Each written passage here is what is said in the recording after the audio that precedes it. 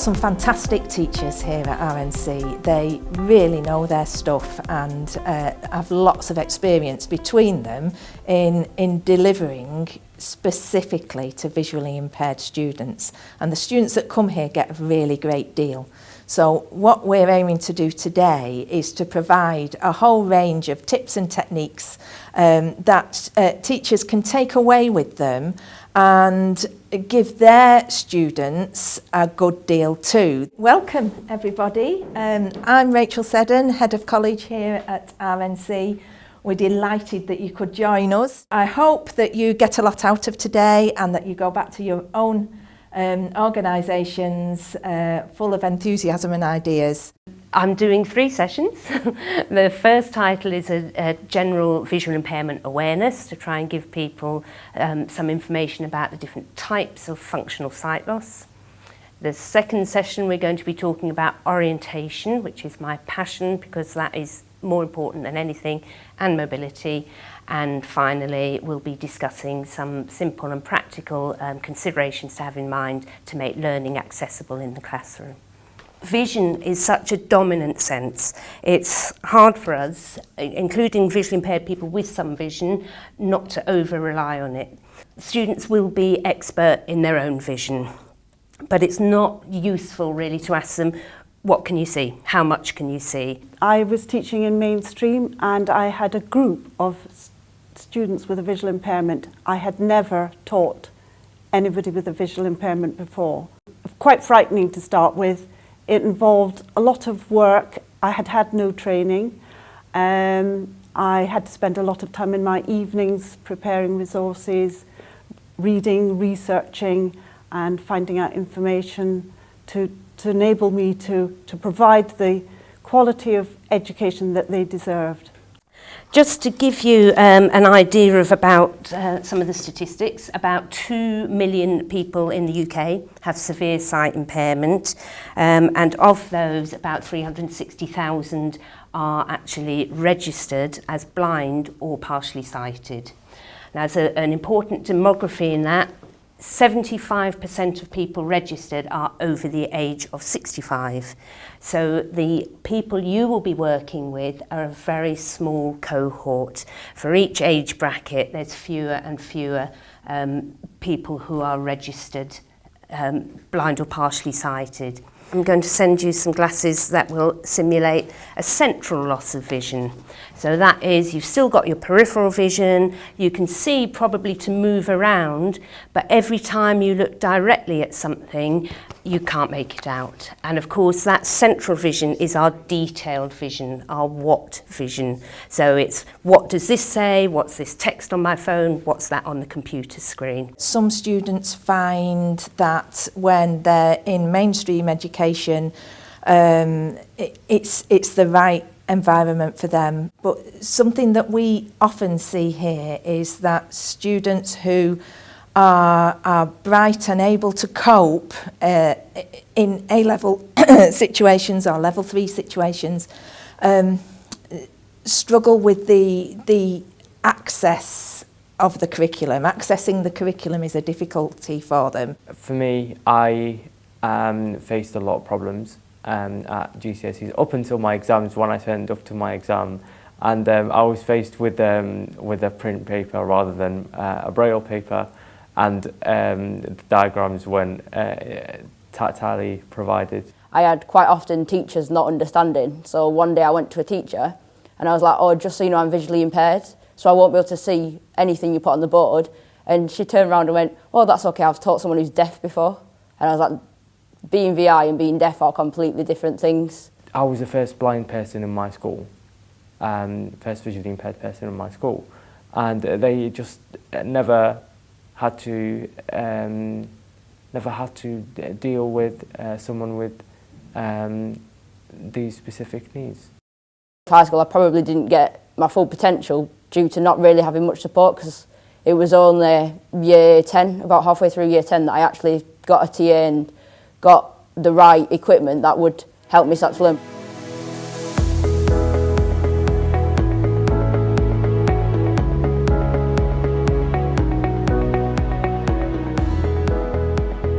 At the Royal National College for the Blind, known as RNC, we use the specialist assistive technologies for the visually impaired. JAWS is a screen reader, American-based screen reader, and JAWS stands for Job Access with Speech. So it's about enabling you to use the all the mainstream technologies with a screen reader. So it will help you navigate the internet. The internet doesn't have a cursor, so you therefore can't navigate the internet without knowing keyboard commands that will enable JAWS to interrogate it. So finding out where the links are, where the pages are, what buttons there are, all those things can be navigated very easily once you've got JAWS or a screen reader that will enable you to navigate. What we know about visually impaired people is that if they have a little bit of sight, they want to be able to use it. It doesn't necessarily mean it's a good thing for them to use it when they're using technology, because it can be slow. So I'm going to start at the very basic end. And the very basic end is adapting resources manually and physically, or using equipment manually and physically without actually producing anything for the student to use. I've been demonstrating the TactiPad, manual methods, using the thermoformer machine, the swell paper machine, talking about the TactiView software and 3D methods and models as well. This is the go-to method for anybody doing any diagrams of any description if the students are producing them manually. It's known as a TactiPad. Well, the TactiPad allows you to produce diagrams for students which allow them to then investigate what's going on in a tactile sense. And the beauty of this is the ruler doesn't move. A visually impaired person, when they use a normal ruler, might quite easily knock it. This, you can lock it, and I haven't held the ruler at all and produced a perfect straight line horizontally. I can do the same vertically.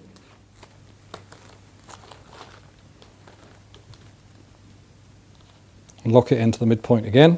Again, not holding the ruler. Produce a perfect set of X-Y axes ready to use for mathematics. After 2 or 3 months training with the students, you've got A-level students who can produce curved waveforms, and you're thinking, whoa, this is brilliant. And it goes beyond that. You know, you can draw perfect circles, never been able to do that before. You can use it for practically any subject too, not just mathematics, anything with a numerical content. And you can produce drawings too. Another manual method is to use a corkboard, which has got, on this particular one, looks like a clock face already produced, but you can see that maths teacher here has left a triangle on there as well to demonstrate. You can make any shape you like with pins and elastic bands. Takes a bit of getting used to, particularly again if you're not orientated. If your spatial orientation isn't too hot, it takes them a little while to get used to the area they've got to work with.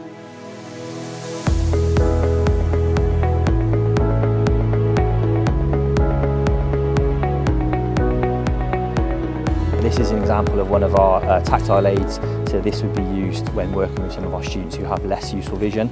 This is a tactile board, and what it does is it replicates the goalball court. So this is a team area, and on the back we have a full goalball court. This is something we find really, really useful. It's got braille on it. We can actually use this to walk through, to build a picture with the students about exactly what we're doing, where they should be positioned, what happens when the ball's in a certain location. And this is something that's just really, really useful to make sure that what we're sharing in the information, that it's perceived in the right way, it's interpreted, and the students know exactly what we expect of them. Unfortunately, at times, certainly from experience, some of our students haven't had the opportunity to be fully included in school sport, often using that time to do other subjects or catch up on braille, which is something that we definitely want to get away from, and part of our reason really why we created the Sports Academy at the college.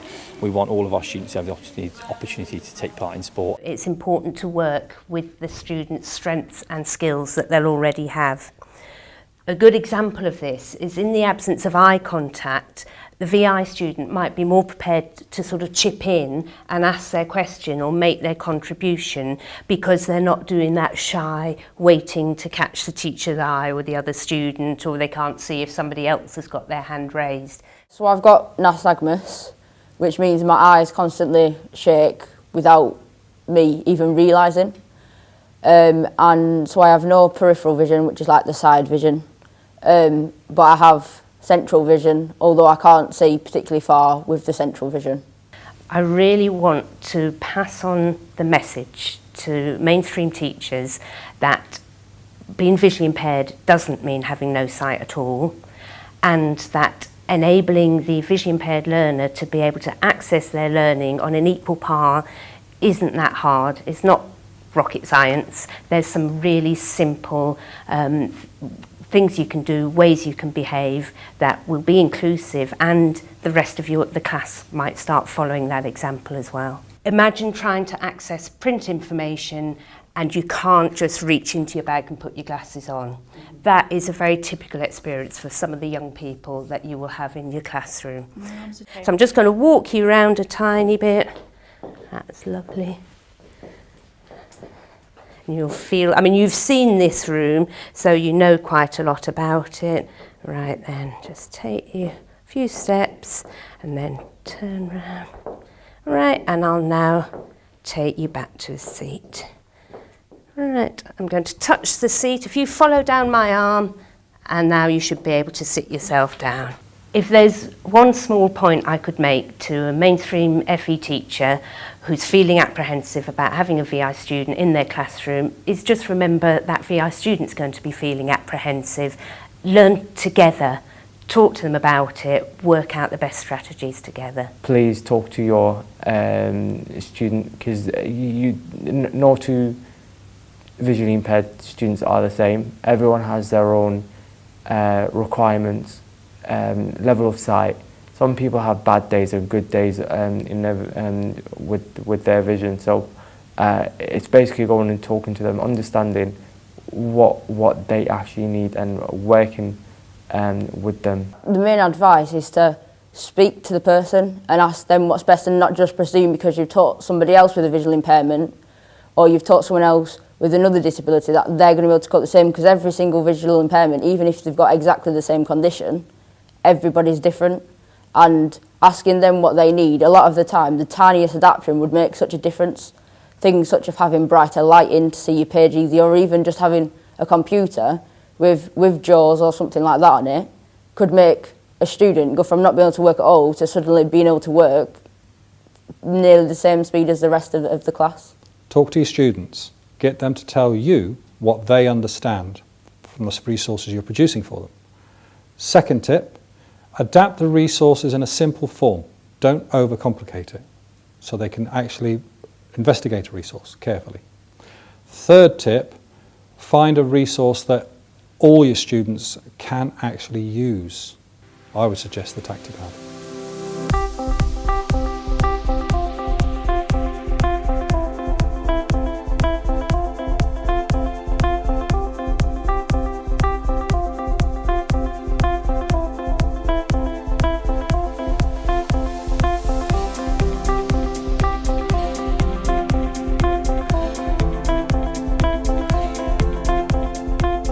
Well, my mind is swimming at the moment. There's been so much information today, so much packed into just a few short hours really, but lots of hints and tips around understanding the student's perspective and what they need and how to deliver more tailored to them. The piece of technology that impressed me the most was probably the TactiPad equipment, to be able to draw straight lines for my students and the circles, to be able to get to that independently.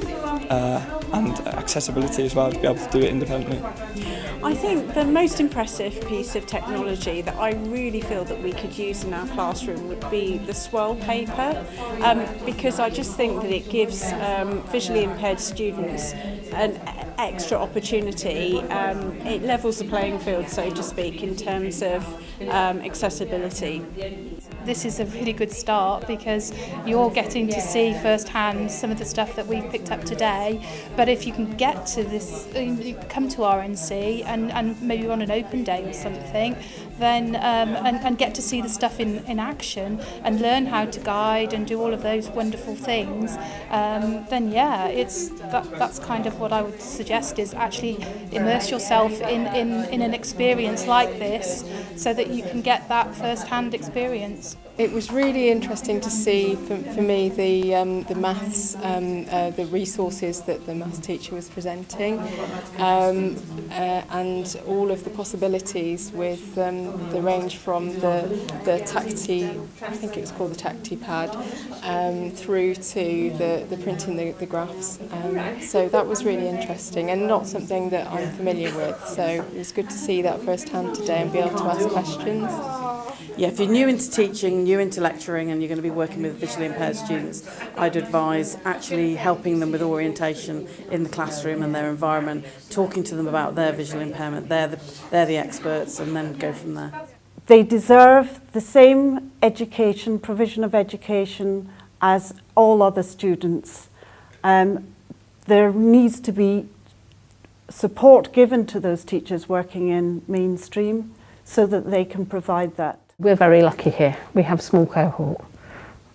We're able to adapt to their individual needs. I don't think that is as easy when you've got a big class. I think sometimes just understanding that actually if you're writing something on the board, if you read it out while you're writing, not only is that helping that visually impaired person, but it might also be helping that person that's struggling to read your handwriting or to read at all. So what you're doing and how you're helping one person is potentially helping the whole class. And I think sometimes understanding the inclusiveness of technology will actually enable you to help everyone.